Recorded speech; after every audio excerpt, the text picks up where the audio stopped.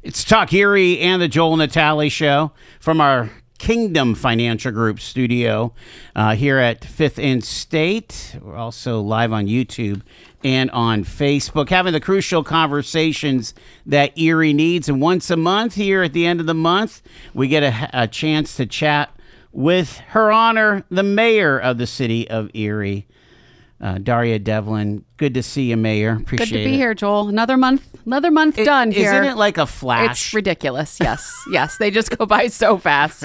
Right. It's fun running into you, in between though, and you got through your first Celebrate Erie. Tell us a little bit about the highlights for you. Well, my team did such an incredible job. I was just so grateful to them. They were out there setting up, this year on Friday, a little bit of a different setup. So some bumps, that they had to handle. And I was out there. I said, "What can I do?" And they said, "Go inside. You're making everybody nervous. We don't need you out here watching." But they did such an incredible job, and I'm so grateful to them. And just the whole weekend, weather was great. I don't want to say it was like Tulio weather, but kind of was like Tulio weather. Yeah. But no, great weekend, and so many people come out and enjoyed it, and so it's just a thrill overall. I have one suggestion for you. Great, let me hear it. You need a mayor's only golf cart that's all bedazzled.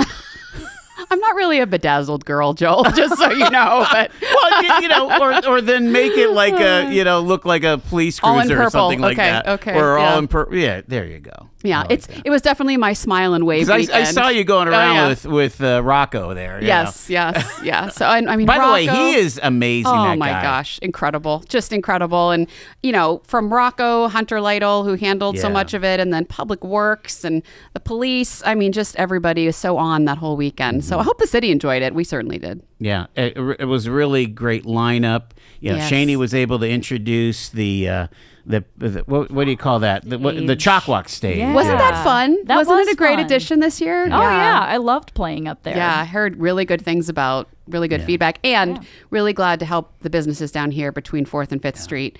We got some emails that said their sales just in those brick and mortar were like, a number of thousands of dollars more than they had done in the past. Seriously. Just by having the street open. So happy to support them. Well, we're learning all of these things. While we're on the downtown here, I went to 2 ribbon cuttings today. One was in Mill Creek, one was at Radius.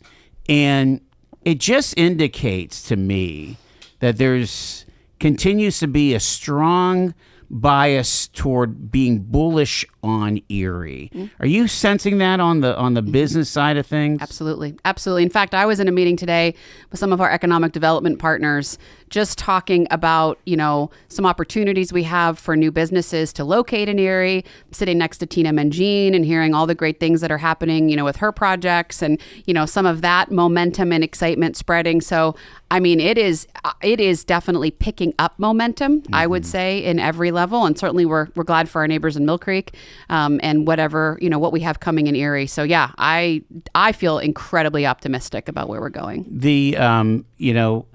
There is a broad range of types of businesses that could come. And it looks like the executive branch and the legislative branch have been taking some hits over this thing with the defense contracts and the shipbuilding. I don't know if it's coming from an informed place or people are just kind of anti anything in that space. I don't think people are anti anything. People are asking us to be careful. That's what I'm hearing. Okay. And when I have these conversations with the folks who are concerned, they do raise legitimate concerns, and I want to hear them and have them feel like they are bringing to our attention the things we should be watching out for. But when we talk, even with folks that have concerns, when we talk about living wage jobs, when we talk about, providing some opportunities for families, nobody's against that. I mean, how could you be? Right. It's just about being cautious, making sure we know what we're getting into, keeping our eyes open. But as we have said, there are many businesses in Erie who already have defense contracts. They don't advertise it. We might not all know about it. So this isn't new, but I think the caution is new, and I think that's a good thing. I think it's good for us to hear those things and move forward in, like I said, with our eyes wide open. Yeah. That's interesting. I want to go to Kevin Sparks. We'll start here. You had a significant presser this week, releasing investigation findings into the Kevin Sparks case. the long and the short of it is that there was not intentional striking with the police cruiser.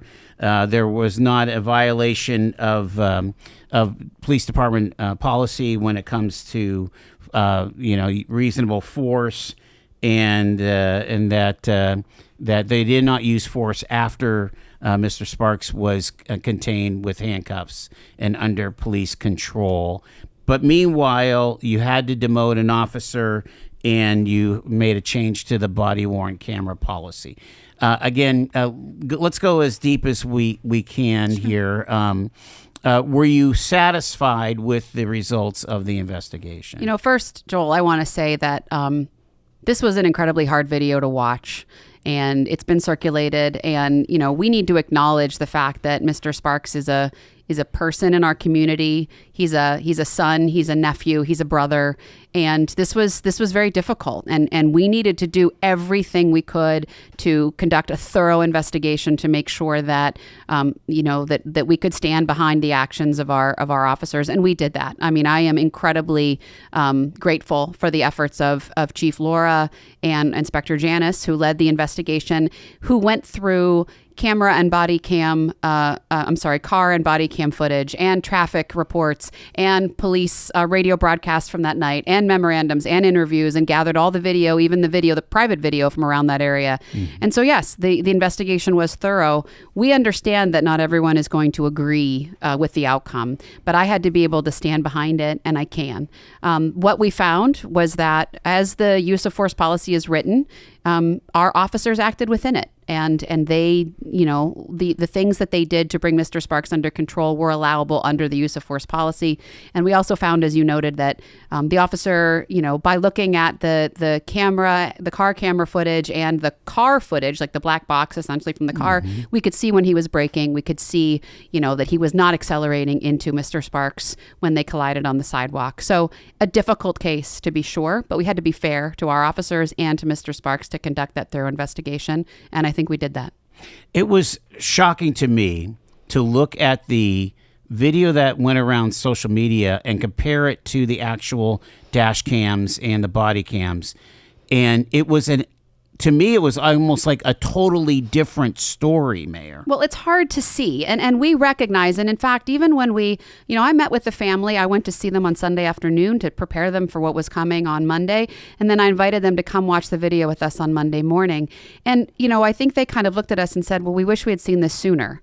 And we recognize that. And I think as a department and as a city, we have to think about when we should be releasing those things publicly, at what point. But we did have to conduct an investigation, and those were important pieces of evidence. And so we had to wait until the investigation was done to release them.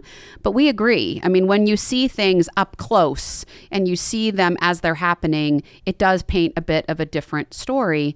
Again, never, ever losing sight of the fact that watching someone, be struck by the police is hard to watch. No one ever wants to see that. But, I think that releasing the footage was the right thing. And I think it certainly corroborated, our findings. And I do want to note, we did demote the officer. We found that some of the procedural things that were done, particularly even after, during and after the way that this incident was handled, really called for a demotion. And so we felt that was the fair thing to do. I'm just going to be out there and say I was outraged, though, how this person on an e-bike endangered so many people in that neighborhood by driving that bike at high rates of speed and engaging in a chase in the middle of the East Side neighborhood. I mean, his actions put. I was just envisioning some mom and a kid in a stroller.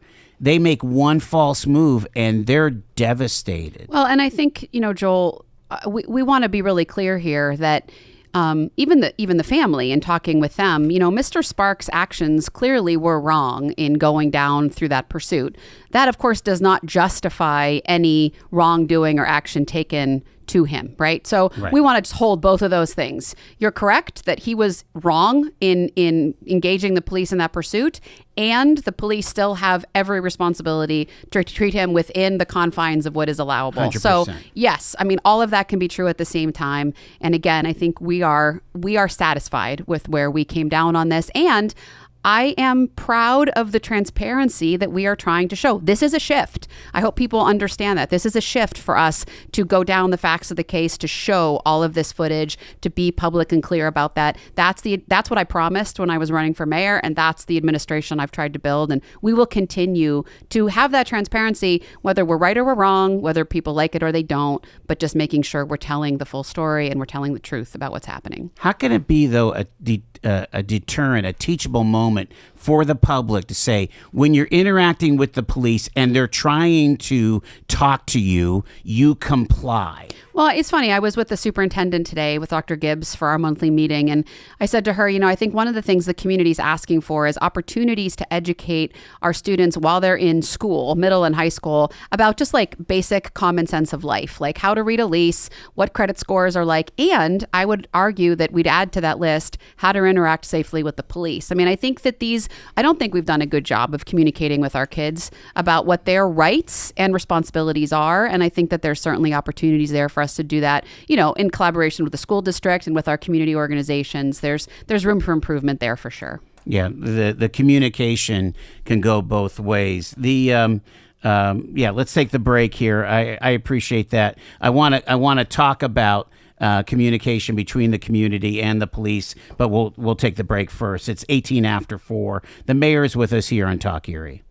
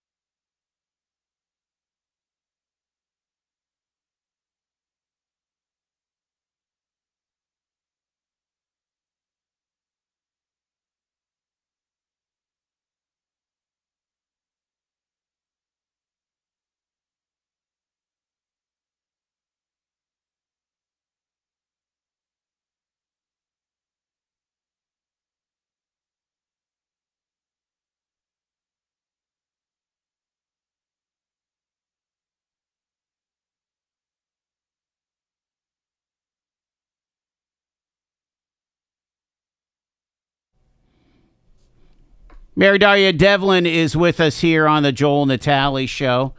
and it is 4:21. All right, Mayor, you're talking about the rights and responsibilities citizens have, and just kind of building into the communication streams between police and the community. Talk about some of the efforts that y'all have been trying to do at the city there. Yeah, we've heard, the requests, and I mean, none of this is new, Joel. We know this, and so we explored kind of what the past administration had been doing with the Strengthening Police and Community Partnership Council, and decided that probably wasn't right for our moment. So we kind of put that aside. We've created a new council. It's called the Mayor's Council on Community Safety and Trust.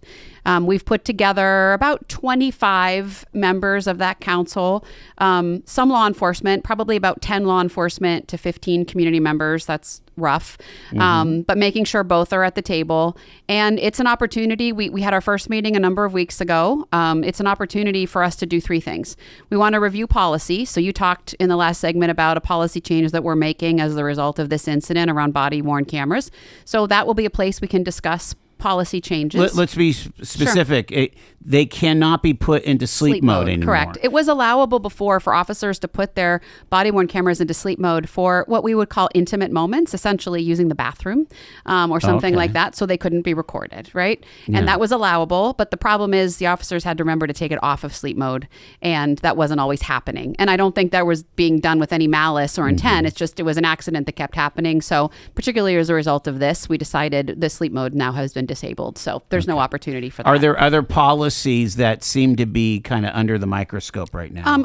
Obviously, our use of force policy needs to be reviewed. We would always review it after an incident like this, but that is probably the top one that we will review with the Mayor's Council. So that council will review policies and procedures.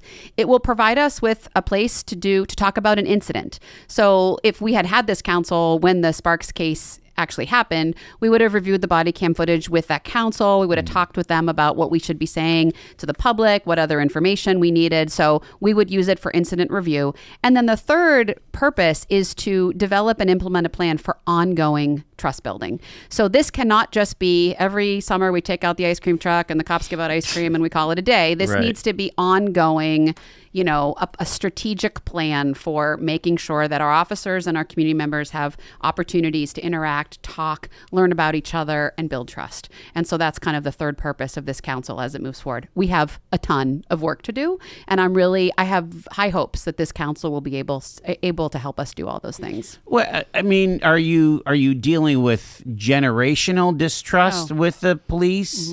Or, and the other thought I have here is there is a worry out there that criminal activity will not be prosecuted, that will be tolerated. Yeah, I that worry is unfounded. We can hold community trust and still do the core functions of law enforcement. Those two things are not in conflict with one another. Our officers, and I would argue, in fact, that we are more effective in law enforcement and our officers are safer when we have the trust of the community and when we're able to kind of deal with some of the issues that have been longstanding, some of which might be around miscommunication. Some might be around, again, policies and procedures that could be changed. Some might be around just basic learning each other, some cultural exchange, understanding who we are and where we come from. So I think it makes our officers better when we have this ability to have these honest conversations. What do you? And again, I don't mean to think that you're an expert in this, but there's a concern with the juvenile justice system. And again, you're responsible for your law enforcement officers as they interact with juveniles. But after they go from the police, I have concerns about what happens next, because we have a system here, a M&L Thomas system that's full of very, very serious cases. And so that the lesser cases, although annoying, there's less of the hammer coming down. Let's remember that it's not all about enforcement here. It's also about prevention. This is about getting on the other side of things and investing in our youth and investing in safe spaces and investing in mental health services and investing in drug and alcohol counseling where we need it and dealing with the consequences of poverty. So I think it's short-sighted when all we say is, how are we going to make sure these kids are falling in line? I would argue to you there's also an entire prevention pipeline that we should be equally focused on. So we need, and that work, I would say, has been ignored for a long time. Sure. So we need to work on the prevention side. And then, of course, we need law enforcement to do their jobs. But we need to understand that it's going to take both of those efforts in order to create a community where our young people are thriving and good and productive members of our society. But the city doesn't dive into human services. Well, the city doesn't dive into human services, but we have a close connection with the county executive where we have these conversations about whether it's youth programming or whether it's programming for our unhoused. How do we make sure those county dollars are deployed? I'm sitting with a superintendent every single month to talk about what are you doing with your middle and high school students? How can we support them? She's asking me for police help getting some kids, to make sure it's safe around Erie High. And I'm saying to her, what can we do to support you in some of their efforts? So, of course, the city does not have all the answers or all the power, but we are the conveners and we need to do better and work with our partners to do all of these things that we need to do together. All right, let's get some misinformation removed here.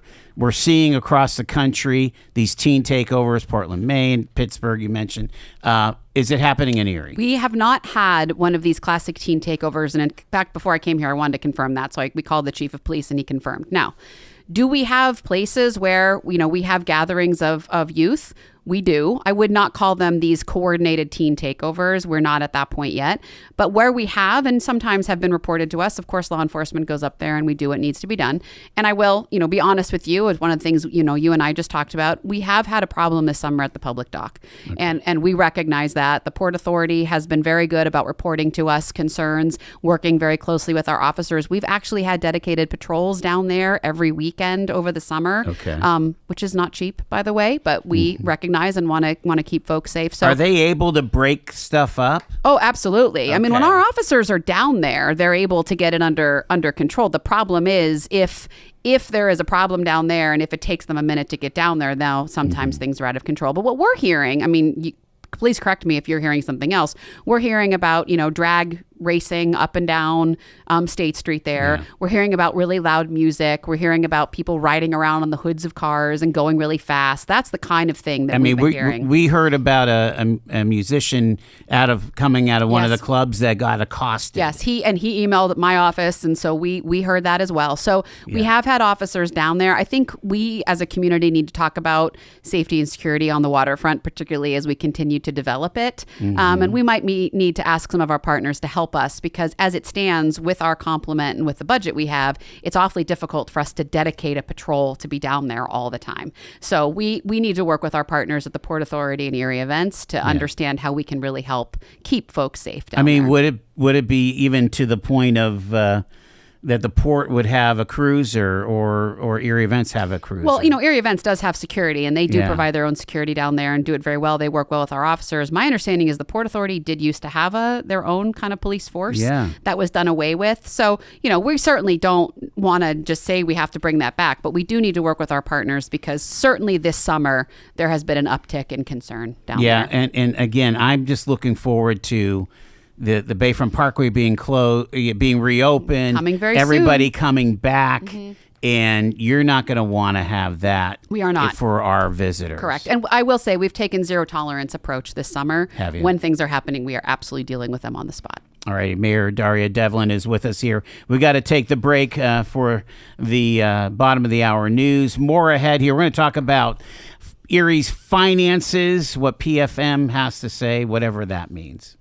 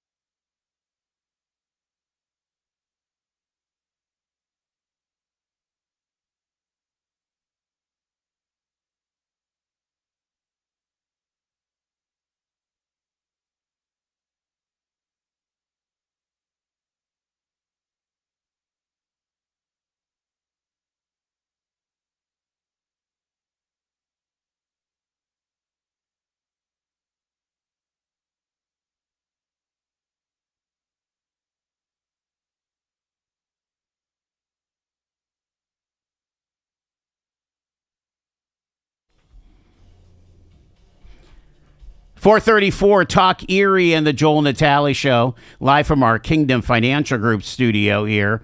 And I'm afraid that maybe my ratings will just kind of go off of a cliff right now as we talk about city finances with the mayor. Although, actually, this might be a big boost. I don't know. But I got to get the initials right. Public Financial Management. They had recommendations for Erie. And again, this is very serious stuff here. Yes. Erie is facing a fiscal cliff. What's like the official year of that? Well, I mean, we have a $12 million hole for 27. Yeah. And then that's not going to get much better. So, we certainly need to address the 12 million this year. And if we can address the whole thing, then after that, it's a little lower, but it doesn't go away. I mean, there's always, right now they're projecting. And if we can't address the 12, we're going to be building to 24 and 25 million over the next couple of years. Couple years? Yes. I thought it was more like mid-2030s. No, over the next 5 years. I mean, within the purview of PFM's report, which is 5 years. Okay. Yes. Is the city in major debt? The city has debt, and part of the problem that we're facing and what we have to kind of figure, and this is why PFM is so valuable, is our debt service right now is not terrible.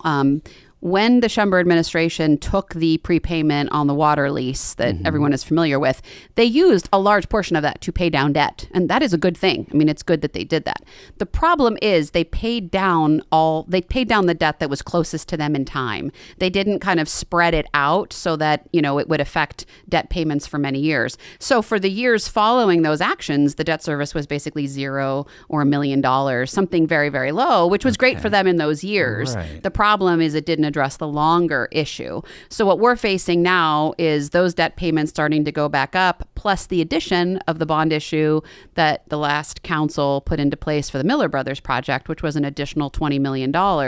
So now what we're facing is our debt service will double from $5 million to $10 million in 2033. So we're just talking, when I just gave you those numbers about the whole, that doesn't take into consideration this debt cliff that's also kind of hanging around out there. So we have to be thinking about both of those things. All right, so let's go through this summary here. And again, we've talked since you've been mayor about these. Once this came to light in April, you did some immediate things. So talk about that. Yeah, we did. We really were tasked with addressing the $3 million problem, which was kind of an increase in operating expenses. PFM was like, how in the world did your operating expenses go up $3 million between 25 and 26? So that was kind of our task. That's what we started to work on. We cut some positions, as everyone knows. We tightened our belts pretty significantly. And so we were able to address part of that $3 million there. We're working, and we're still doing this. I mean, we're working with our business and nonprofit partners on some revenue,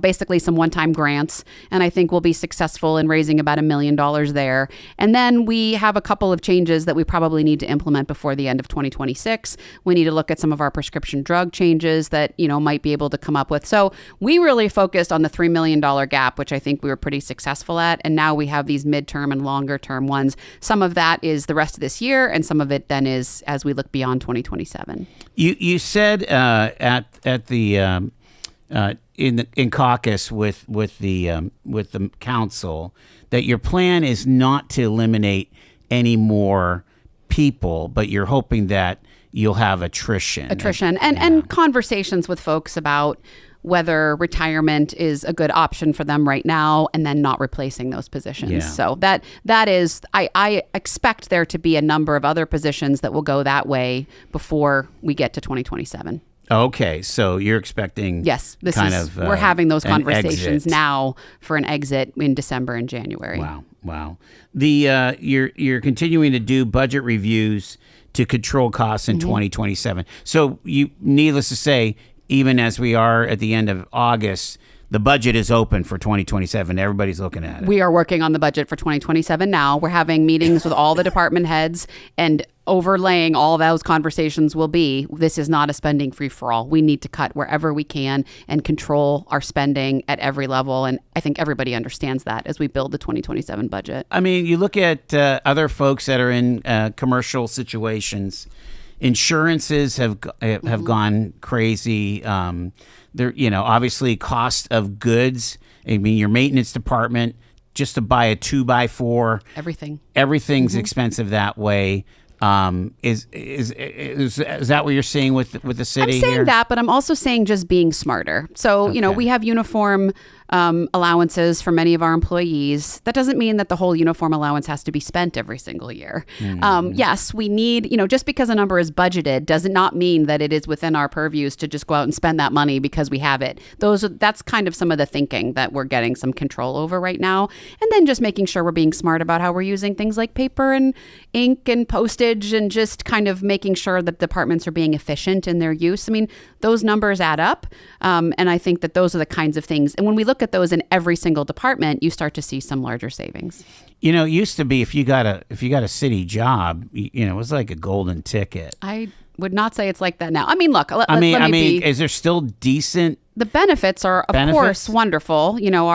Our kind of pension benefits and health insurance benefits are certainly even for very, non-bargaining. Very good. Even for non-bargaining, okay. Yes. But that is something we're going to look at. So on the sheet, we are going to review particularly our health insurance and prescription drug benefits first for our management and non-bargaining employees. It is not okay for us to go to our collective bargaining units for those changes before we try them out on ourselves first. Right. So we'll be looking for those changes soon with management and non-bargaining. And then if they're successful, then as we negotiate with our collective bargaining units, we're going to be asking them to consider those as well. Are we still self-funding our We health are self-funding. insurance? So that means that, every time there's a claim that comes out of our pocket. So the more that we can keep our employees healthier, like it sounds ridiculous, but we're looking at employee wellness programs. Sure. Because the healthier our employees are, the less claims we have, the more money we save. So we need to look at that certainly holistically. It's a huge cost for the city of Erie. Ozempic's very expensive. I will say that our coverage of weight loss drugs is significant, and that is one of the ones. We're not looking to cut it. It's just there's some ways we could do it that would be a little more financially stable for the city, and that's what we're exploring. You're talking about an annual agreement with the parking authority. Mm-hmm. What's that about? Well, so the parking authority had an annual agreement with the city of Erie. It was basically an MOU. Talked about how money would flow back and forth. Certainly the parking authority, they get the revenue from meters, right?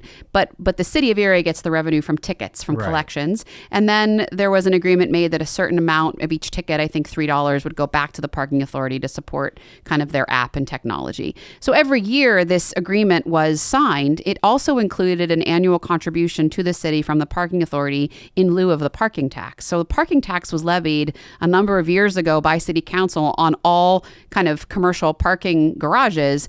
The parking authority didn't want to pay it because they feel they're a municipal authority, which they are. So there was an agreement struck between the city and the parking authority that in lieu of that, the parking authority would pay the city $500,000. Wow. That agreement has been unsigned since 2020. And so there's been no contribution from the parking authority since then. So when I came into office, we were aware. I want to say Christopher Friday at the parking authority, also aware. We've sat down and said, we need to fix this. It also we need a standing agreement so that we talk about how we do towing, how we do enforcement, all of that together. So we're working on a new agreement with the parking authority. And we are proposing that it include a contribution to the city, both for that in lieu of parking tax and also to make up for maybe some past contributions that haven't been made. Sure. A couple things on that. Can we establish a protocol that we don't boot vehicles during a snow emergency? Well, I mean, that is the looniest thing I've ever seen. Certainly. And what we can also do is, and I heard this was how it really came to my attention, we need to have that good, strong partnership with the parking authority so that as a snow emergency is coming, we can work with them to get out there and be enforcing even odd parking regulations, and we can be, towing where we need to and getting the streets cleared. There's some proactive work that needs to be done. So we just need to make sure we're in lockstep with them, that this agreement is working well for both of us, and that there is a contribution. The city is in need of contributions. And I need to explore every one of these revenue sources before we go to our taxpayers. And I'm committed to doing that. The other thing that occurs to me, again, parking, right? But now that we have the app, you have a lot less violations of a meter. So that's got to have an impact. Have you seen your revenue decrease on ticketing? We have seen our revenue go down a bit. We also, that's another conversation with the parking authority to make sure that they have sufficient staffing on the streets to be ticketing where we need them to be ticketing. So again, this is all part of the conversation around making sure that we have a strong agreement with them.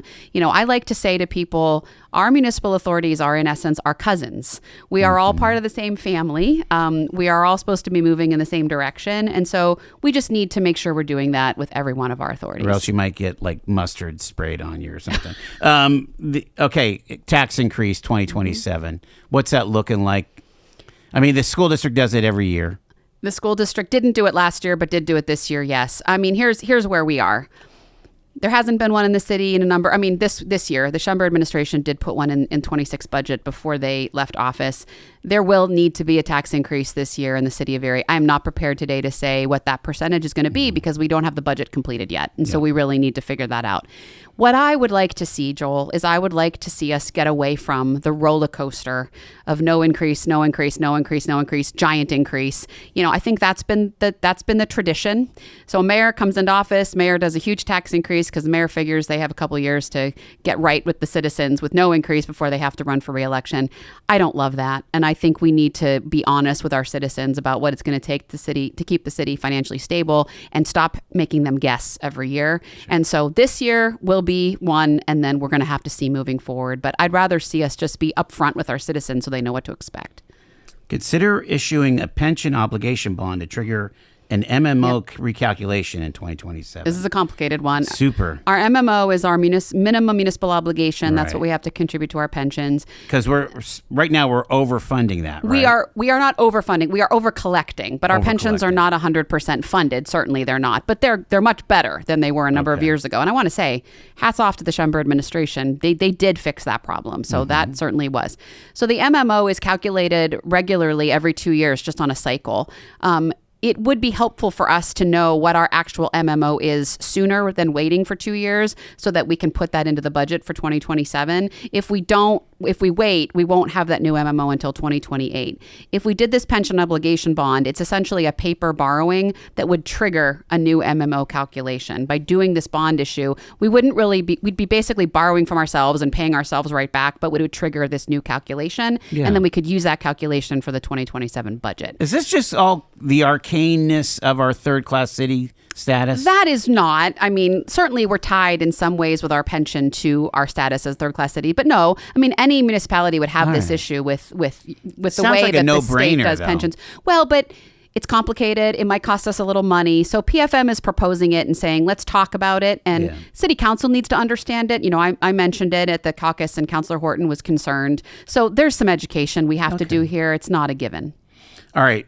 So now if you can how much are you able to fix $12 million for 2027? I don't know yet. I mean, you have to bring a balanced budget, right? We do have to bring a balanced budget. We do have some money in our fund balance, though. I mean, let's remember the concern, of course, is we don't want to deplete the fund balance and then have nothing for future years. Understood. So we have a little wiggle room there, and it's just about how much of the fund balance we want to use this year to help with this hole. All right. So long term, looking past January of 2027, you're talking about like what you had just mentioned, you know, maybe just 1% tax increase every year, but, you know, just kind of managing the tax increases. Advocate for the removal of the LST cap. So this is like you want to change legislation. That is state. I mean, that's not within our power. The local services tax has been $52, I think, since the 50s. We need the state legislature to remove that cap. There is an active effort by mainly third-class cities across Pennsylvania to do that. If we could get the legislature to allow us to increase that, say, to $100 instead of $50, it would increase our revenue by $3 million a year. Wow. That's not insignificant. Representative Mirsky introduced this bill. All of our representatives understand and are behind it. Let me make sure I understand this. Okay, so I live in Fairview. I commute to a downtown or city establishment. Do I pay the full 100? Yes. Right now, you pay the 50 to the 52 to the city of Erie, and this would mean you would pay 100 instead of 52. So none of that LST goes to not Fairview. Your whole municipality. That's your EIT. Your earned income tax does, but not the LST. Okay, gotcha. We have a higher EIT, right? We do, because we have two. We have the regular EIT, which is 1% on everyone who works in the city of Erie, but that goes back to your whole municipality. That 1% goes back. And in the city of Erie, if you live here, your 1% goes into our general fund. We also have a distressed pension. Because our pension was distressed, we have another 0.65%. That all stays within the city of Erie, regardless of where you live, but it is restricted only for pension purposes, which is why that MMO is important, which is why we're over collecting. So that percentage will likely come down at some point. We just have to decide when and how to do it. But that is a tax we're actually going to be able to reduce for our residents. And it would seem to me that makes the city just a little bit more competitive if you can bring that earned income tax down a bit. Of course. But what I would actually like to do is keep so 1.65 is what we're paying. If we can bring down the one, if we went to home rule charter, we could increase the other. And that, again, is general fund money, which is really where we're short. Right. So getting more money into the general fund is ultimately how we get the city to be financially stable. Here's one I'll go on the record of saying absolutely explore additional hotel tax. Yep. But again, this is state law, right? Absolutely. And I have to work with the county executive on this. She and I have talked about it. So yes, this is not within our purview, but we can't ever stop talking about the ways the state can help us. And I just said today, adding 0.5% on the hotel tax. I mean, I think in Pittsburgh, their hotel tax is like 9 or 10%. Yeah. And some of it does go to the city. That would help us with public safety on the waterfront. It could help us with affordable housing. We hear that as our residents. So I don't think that's something we can leave off the table. I'm sure I stayed at a hotel in Carlisle and I was paying a city tax. Absolutely. Yeah. Yeah, absolutely. Yeah. And right now that hotel tax only goes to Erie Events and Visit Erie. Right. That's how that money is distributed. Yeah, that could be helpful. Engage in purchasing contract review and process overhaul. We just have to stop auto-renewing contracts, which is something we've done and is not okay. So we need to do better with really evaluating and rebidding contracts to make sure we're getting the best price. So do we need to bring in consultants for that? Is that something that our department heads can handle? We can handle that. We just need to do it and maybe get some help. Our purchasing department is really just one person. God love her. She does a really difficult job. Getting her some help probably, but this is just about us being better with our contract review. There's no doubt about it. Here's another one I'd absolutely advocate. We don't need to be in the golf business as a city. Yes. I mean, I know we have to retain J.C. Martin. Yes. It's in the it deed, is. And right? I think it's such a gem for so many city residents. But Downing, it's another conversation. I mean, it's not even in the city limits. It's not. It's in Harbor Creek. It's in Harbor Creek. That's wild. Yeah. Did we also own Gospel Hill at one point or no? I can't remember. I don't know. All right. Before my time. Yeah. Consider debt restructuring or dedication of one-time revenue to pay down. So basically that says if we sold Downing, maybe a good use of those funds would be to put it toward that future debt cliff that I mentioned. Sure. We got to be thinking ahead. We can't just always be thinking about the year we're in. That's been part of the problem. And you would think that maybe, is Downing a functioning golf course? Yes. Oh, okay. Yeah. All right. Mm-hmm. So it may or may not be used for construction out there. And explore additional headcount reductions and or health insurance plan changes. And one more, consider home rule chart. We'll talk about that in a second. Some of this stuff seems very modest to me, Mayor. Yeah. But don't you need like the home rule might be more like going for the fences, isn't it? The home rule is a big one. I mean, you just kind of brushed over the headcount reduction, but those are really hard conversations with our collective bargaining units about if we're not going to reduce headcounts, where are we going to reduce costs? And that probably gets us some negotiation around health insurance benefits and things. So these are not easy things. What they are not is they're not boogeymen. They're not big, scary items. But taken together, Joel, this is a path forward for the city. It's just going to take a lot of work and a lot of hard decisions. I don't see anything talking, again, they're the accountants, right? But there also, I think there also needs to be this aspirational concept of, gosh darn it, we've got to build more houses that are. I just had a conversation at one of these ribbon cuttings of like, if we had somebody who wanted to bring 100 middle management people to our city, where do they live? Agree. But those are things we're doing with our partners, Joel. The Redevelopment Authority is doing some work there. We have Infinite Erie there. The city doesn't have to do everything. Understood. Right? We just have to all be working together on these issues. But you have to bring the urgency. Yes, I do. Absolutely. But I got to solve this big problem before we can look any further. Yeah. You can't. Again, with all due respect to Mayor Schember, just willing 10,000 more people to live here is not it. There has to be a plan. Absolutely. But, we need good people to come to the city of Erie to work, to live. We need all of these things to be working in concert with one another. And solving the city's financial crisis is the most foundational thing that we have to work on first before we can get to all those larger issues. And that's why I'm so focused on this right now. All right. Do we need to do like a home rule charter seminar on the radio? We can. I think that would be great. And why don't you bring in me and one of our social media friends, and we'd be happy to talk it out. We are going to be doing education on this. I mean, I just want to be clear, the city of Erie will, but I'd be happy anytime to come on with any guest you want and have this conversation. Yeah, I mean, I feel like we might need some help from the state, or I don't know who. The state has presented on this multiple times. I actually think in Erie, we know what this is. Okay. We just have to answer some questions and give out some real information. Yeah. And I think that would be helpful. I'm going to leave it there, Mayor. Great. Mayor Daria Devlin, what number are you? 49, 49th mayor. Oh, you're 49. Yes, I love it. Love it. Mm-hmm. Yeah. Sure. Take care of yourself. Thanks, Joel.